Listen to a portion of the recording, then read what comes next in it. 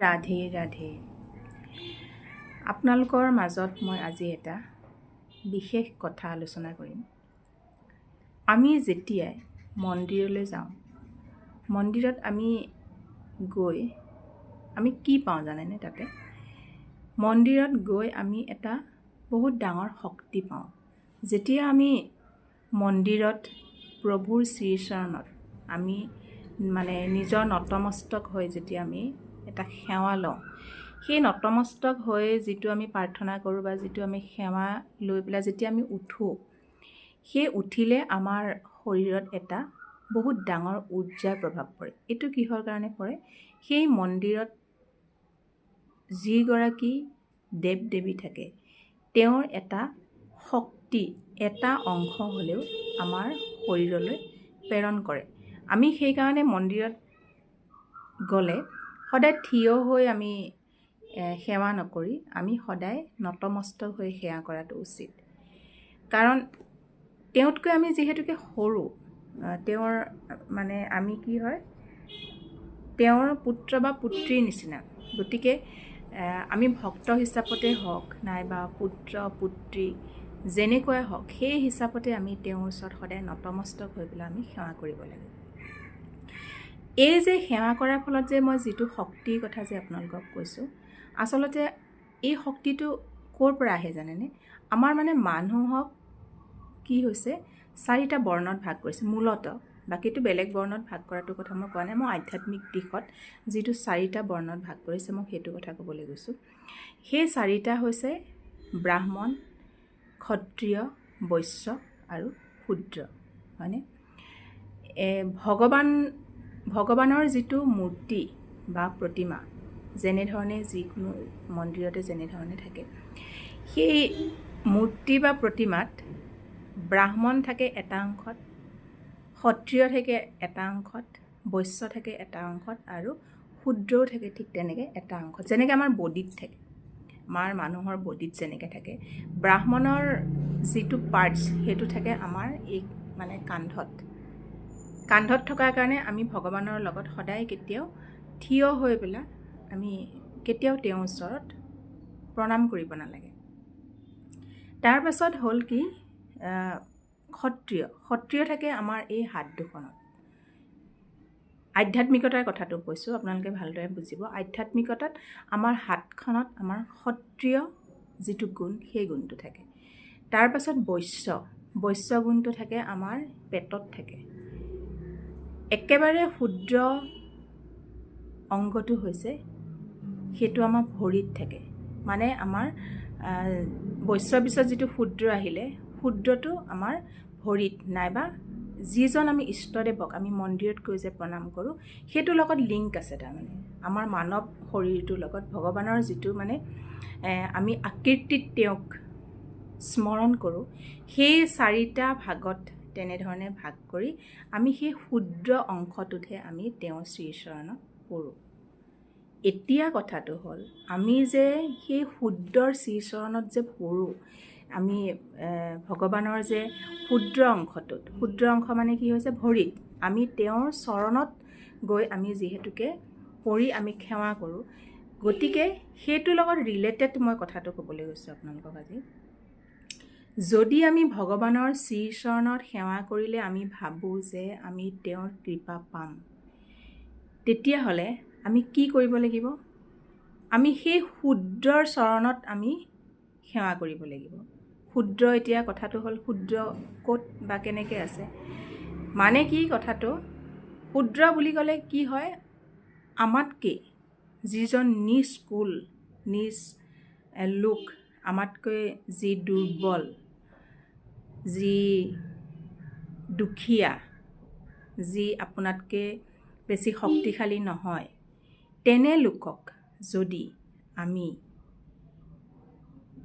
চৰণত ধৰি যদি আমি সেৱা কৰোঁ, চৰণত পৰি যদি তেওঁলোকক আমি শুশ্ৰূষা কৰোঁ, তেতিয়াহ'লেহে আমি সেই ভগৱানৰ শ্ৰীচৰণৰ কৃপা আমাৰ জীৱনত বিৰাজ কৰিব। এতিয়া কথাটো হৈছে, সেই লোকসকলক আমি সেৱা কেনেকৈ কৰিম? সেই লোকসকলক আমি সেৱা কৰিব পাৰিব লাগিব। যেনেকৈ আপোনাৰ ঘৰত এজন বয়সস্থ লোক আছে, সেই বয়সস্থ লোকজন আপোনাতকৈ জ্যেষ্ঠ হ'ব পাৰে, বয়সত ডাঙৰ হ'ব পাৰে, কিন্তু আপোনাতকৈ বলশালী নহয়। আপুনি যিটো বয়সত আছে, যেনেধৰণে আপুনি এতিয়া কাম কৰি থাকিব পাৰিছে, সেই বৃদ্ধ লোকজনে বা বয়সীয়া লোকজনে সেইখিনি কাম কৰিব নোৱাৰে। গতিকে আপোনাৰ ঘৰত থকা লোকক, যি আপোনাতকৈ দুৰ্বল, সেই তেনেধৰণৰ লোকক আপোনালোকে সেৱা শুশ্ৰূষা যদি ভালকৈ কৰে, তেতিয়াহ'লে ভগৱানৰ শ্ৰীচৰণৰ কৃপা আপোনাৰ জীৱনত নিশ্চয় পৰিব। আৰু আমাতকৈ ক্ষুদ্ৰ এইখিনি লোকক মই কৈছোঁ, যিখিনি নেকি আৰ্থিকভাৱে দুৰ্বল, যিখিনি লোক এবেলা খাই আনবেলালৈ চিন্তা কৰিবলগীয়া হয়, সেইখিনি লোকক যদি আপোনালোকে যিমান পাৰে আপোনাৰ সামৰ্থ্য অনুযায়ী সিমান যদি আপুনি সহায় কৰে, তেতিয়াহ'লে সেই লোকৰ পৰা যিটো আশীৰ্বাদ আপোনাৰ জীৱনত পৰিব, সেই আশীৰ্বাদেৰে ভগৱানৰ শ্ৰীচৰণৰ কৃপা আপোনাৰ জীৱনত নিশ্চয় পৰিব। গতিকে মই এই মানৱ জাতিৰ যি 4টা বৰ্ণ, সেই 4টা বৰ্ণৰ ভাগকেইটা বুজাবলৈ গৈহে আপোনালোকক মই এই কথাখিনি ক'বলৈ বাধ্য হৈছোঁ। মানে কি হৈছে, মোৰ যোৱাকালি বিহু আছিলে। আজি ৰাতিপুৱা এজন ব্যক্তিয়ে মোলৈ ফোন কৰিছে, গুৱাহাটীৰে হয় তেওঁ ফোন কৰি পেলাই মোক সুধিছে যে বাইদেউ, ৰাতি মই আপোনাৰ ভিডিঅ' 2:30-3টা বজাত মই আপোনাৰ ভিডিঅ' যেতিয়া পাইছোঁ, মই ৰাতিপুৱালৈকে আপোনাৰ ভিডিঅ'খিনি চাই আছিলোঁ। মই তেতিয়া কওক আপোনাৰ প্ৰব্লেমটো কওক। যোৱাকালি বিহুৰ দিনাখন সেই ব্যক্তিজনে শুবলৈ পৰা নাই। তেওঁ এটা পাৰিবাৰিক অশান্তি হৈছে। অশান্তিৰ কাৰণ হ'ল, আচলতে আমাৰ এইবিলাক মই ক'ম বাৰু পিছত এইবিলাকৰ কথা। অশান্তিৰ কাৰণ হ'ল কি, আমি আমাৰ কৰ্মবিলাকেই কৰি আহিছোঁ তেনেকুৱা। আজি আমি বিহুৰ দিনাখন ধুনীয়াকৈ খাব লাগে, থাকিব লাগে, পৰিয়ালৰ লগত আনন্দ ফূৰ্তি আমি কৰি থাকিব লাগে। যাক যেনেকৈ ডাঙৰজনক আমি সন্মান কৰিব লাগে, সেৱা কৰিব লাগে, সেইখিনি নকৰি আমি কি কৰিছোঁ, পৰিয়ালৰ মাজতে আমি হাই কাজিয়া এইবিলাক সৃষ্টি কৰি আমাৰ পৰিৱেশটো আমি কি কৰিছোঁ, নষ্ট কৰিছোঁ। তাৰ ফলত আমাৰ ল'ৰা ছোৱালীবিলাক নষ্ট হৈ যাব। গতিকে আমি কি শিকাইছোঁ, আমি শিকাব আচলতে পাৰিছোঁ কি ল'ৰা ছোৱালীক, সেই ল'ৰা ছোৱালীৰ পৰা আমি আকৌ ভৱিষ্যতলৈকে ভাল কিবা এটা আশা কৰিব পাৰিমনে বাৰু? নিশ্চয় নোৱাৰোঁ। কিন্তু আমি সেই ভুলটো বাৰে বাৰে কৰি আছোঁ। জানো আমি বহুত শিক্ষিত লোক, আমাৰ মানুহবিলাক বহুত শিক্ষিত, কিন্তু ইমান শিক্ষিত হৈও, ইমানবিলাক কথা তেওঁলোকে জ্ঞান আয়ত্ত কৰিও, তাৰপিছতো এই অশান্ত এটা পৰিৱেশ নিজে নিজে কৰি থকা নাইনে? ইয়াৰ মূলতে হৈছে আমাৰ সেই অহংভাৱ। আমি যে অহংকাৰী ভাৱৰ কাৰণে আমি আজি শান্তি থাকিব পৰা নাই। নিজেতো পৰা নাই, বেলেগকো আমি শান্তিত থাকিবলৈ দিয়া নাই। এটা কথা চাব, আমি কিবা এটা কাম কৰাৰ লগতে কি হৈ যায়, ছাপ'জ এখন মই ঘৰৰ কথাই ক'লোঁ, ঘৰৰ মূল মানুহজনে বজাৰ কৰিছে, কিবা কৰিছে, তেওঁ কি কৰে, মই বজাৰ কৰি আনিছোঁ, মই কিবা এটা কৰি আনিছোঁ। আৰে তুমি ভাবিবলৈ তোমাৰ সিমানখিনি শক্তি নাই কাৰণে তুমি মই কৰিছোঁ বুলি কৈছা। কিন্তু তোমাক যদি সেই ভগৱানে সেইখিনি শক্তি নিদিলেহেঁতেন, তুমি পাৰিলাহেঁতেন জানো ঘৰ সংসাৰ চলাবলৈ? কেতিয়াও নোৱাৰিলাহেঁতেন। তেওঁৰ কৃপা তোমাৰ ওপৰত পৰিছে, সেইকাৰণেহে তুমি আনি দিব পাৰিছা। তুমি এটা মাধ্যমহে। আমি সেই কথাটো কেতিয়াও বুজি নাপাওঁ। মই বহুত এনেকুৱা দেখা পাওঁ মন্দিৰত, মই বহুত দেখিছোঁ। মানুহবিলাকে কি ভাবে মই নাজানো, কি ভাবি তেনেকুৱা কাম কৰে মই সেইটো কথাও নাজানো। মন্দিৰত যে আপোনালোকে চাবচোন, কিবা ফেন এখন দিলে, ডনেট কৰিলে আৰু এখন ফেন দিলে, সেই ফেনখনৰ ওপৰত কি লিখা থাকে, দাতা স্বৰ্গীয় অমুক, দাতা স্বৰ্গীয় অমুক, দাতা স্বৰ্গীয় তমুক, এনেকৈ লিখা থাকে। মানে সেই ব্যক্তিজন ঢুকাই গ'ল, সেই ব্যক্তিজনৰ নামত সেই বস্তুটো দান কৰিলে। দান কৰাৰ ফলত কি হ'ল, ফেনখনটো গোটেই মানুহে লৈ আছে নহয়, মই ছাপ'জ ফেনখনৰ কথাই কৈছোঁ, ফেনখন গোটেই মন্দিৰত মানুহে লৈ আছে। তেতিয়া সেই পূৰ্বপুৰুষজন ঘূৰি আছে, কিন্তু কালচক্ৰ হৈ ঘূৰি আছে। সেইটো আপুনি যে অহং ভাৱটো যে কৰিলে, মই দিছোঁ, যিজনে দিছে অমুকৰ নামত, মানে স্বৰ্গীয় অমুকৰ নামত দান কৰা হ'ল এখন ফেন, এইটো বস্তু স্বৰ্গীয় অমুকৰ নামত অমুকে দান কৰিছে। সেই যে আপুনি যে নাম্বাৰ প্লেটটো যে তাত যে লগাই যে দিলে যে, তাৰ পৰা আপুনি ভাবে নেকি আপোনাৰ কিবা পুণ্য হ'ব বুলি? একো নহয়, তাত সেইটো আপোনাৰ অহংকাৰ আছে। আপোনাৰ এনেকুৱা কি সামৰ্থ্য আছে, আপুনি যে এখন ফেন হওক, মই ছাপ'জ ফেনখনৰ কথাই কৈছোঁ, কি এনেকুৱা সামৰ্থ্য আছে যে আপুনি ফেন এখন দিব পাৰিছে? তেওঁৰ যদি কৃপা নাথাকিলেহেঁতেন আপুনি দিব পাৰিলেহেঁতেন। আমি ধন্যবাদ তেওঁক দিব লাগে, আমি সেইটো পাহৰিয়ে যাওঁ। তেওঁ যদি আপোনাক সামৰ্থ্যৱান নকৰিলেহেঁতেন, আপুনি দিয়াৰ কোনো সামৰ্থ্যই নাই। পৃথিৱীত এনেকুৱা কিমান ধৰণৰ মানুহ আছে, আপোনালোকে চাবচোন। বহুত মানুহে দান কৰে, সেইটো মানে গুপুতে থৈ দিয়ে, তেওঁলোকে প্ৰকাশ কৰিবলৈ নিবিচাৰে। কিয় নিবিচাৰে? সেইটো তেওঁলোকৰ অহংকাৰ ভাৱ নাই, কাৰণ তেওঁলোকে জানে, সেই তত্ত্বটো বুজি পায়। তেওঁ এটা মাধ্যম হিচাপেহে ভগৱানেহে দিয়াইছে, তেওঁ সেইখিনি কৰিবলৈ সামৰ্থ্য দিয়াইছে। সেই অহং ভাৱৰ ফলতেই নিজকে আমি ধ্বংস কৰি পেলাইছোঁ। এই যে লোকজনৰ কথা ক'লোঁ, আজি সমাজখন গৈছে কোনটো দিশলৈকে? কোনটো দিশলৈকে গৈছে?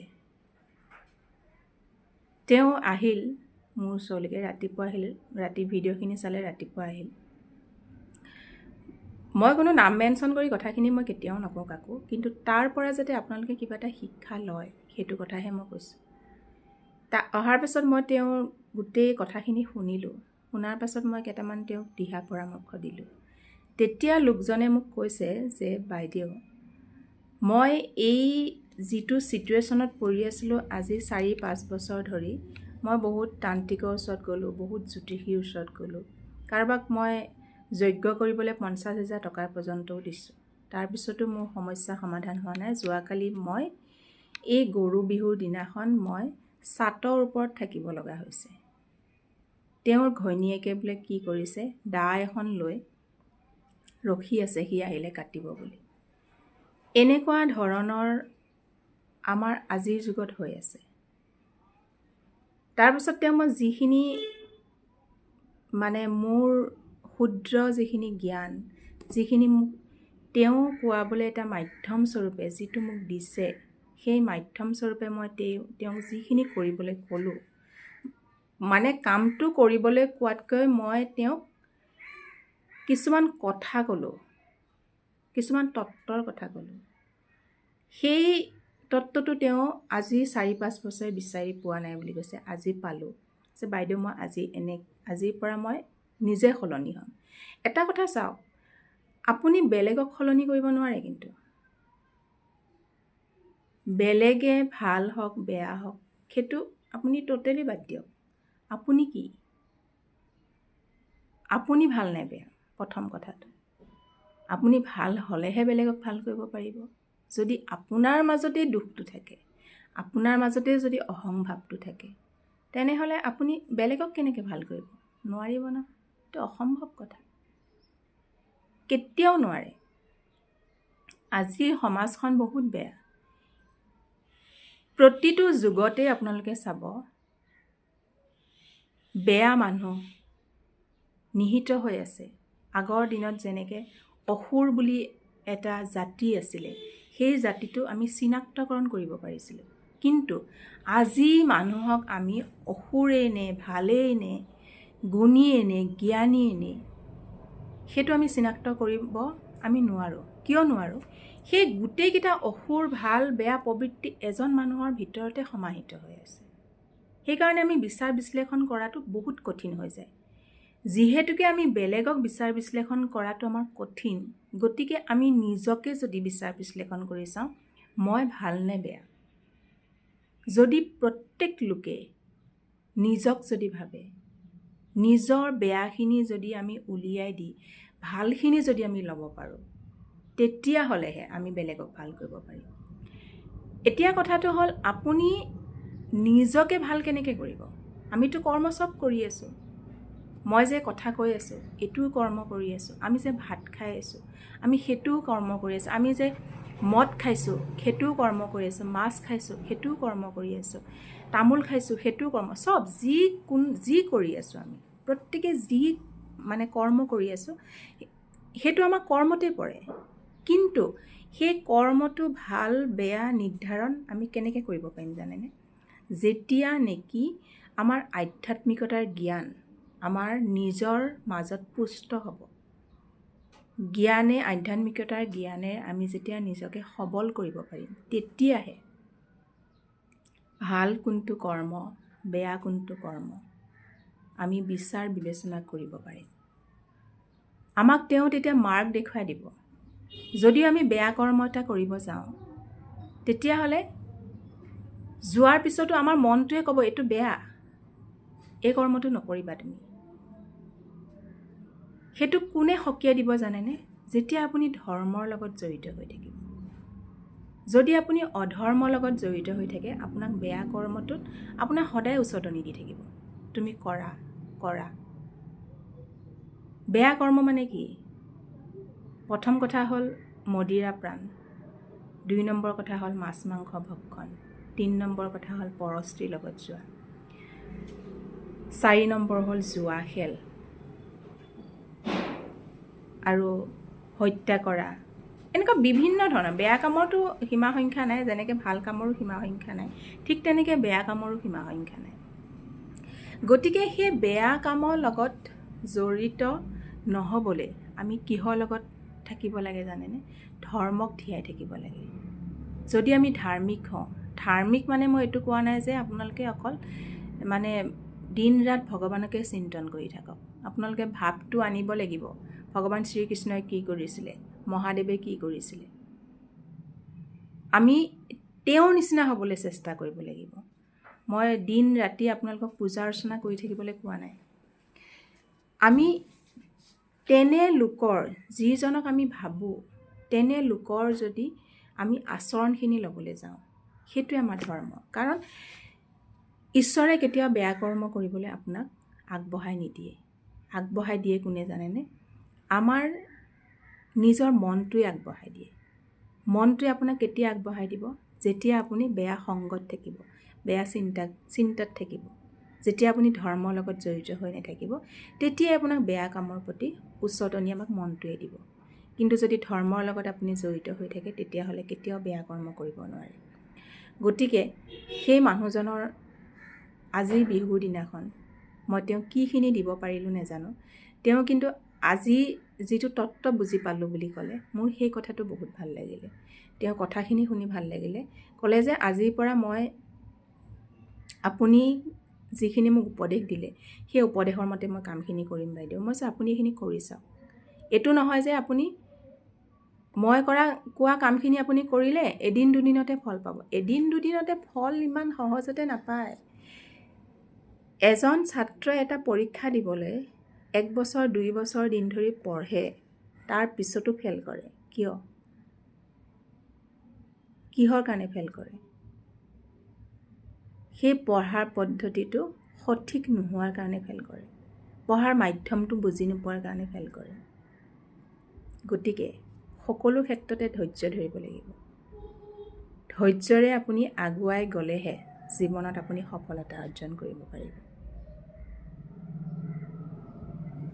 এইবিলাক আমি বহুত চিন্তা কৰিবলগীয়া বিষয় হৈ গৈছে। এনেকুৱা ফোন কলছ, এনেকুৱা অশান্তিৰ ফোন কলছ অহাটো আপোনালোকক মই কৈ শেষ কৰিব নোৱাৰিম। কিন্তু আমি মানুহবিলাক গৈছোঁ কোনটো দিশলৈকে, হয়নে? সেইটো কিন্তু অকণমান চিন্তা কৰিবলগীয়া বিষয় হৈ পৰিছে।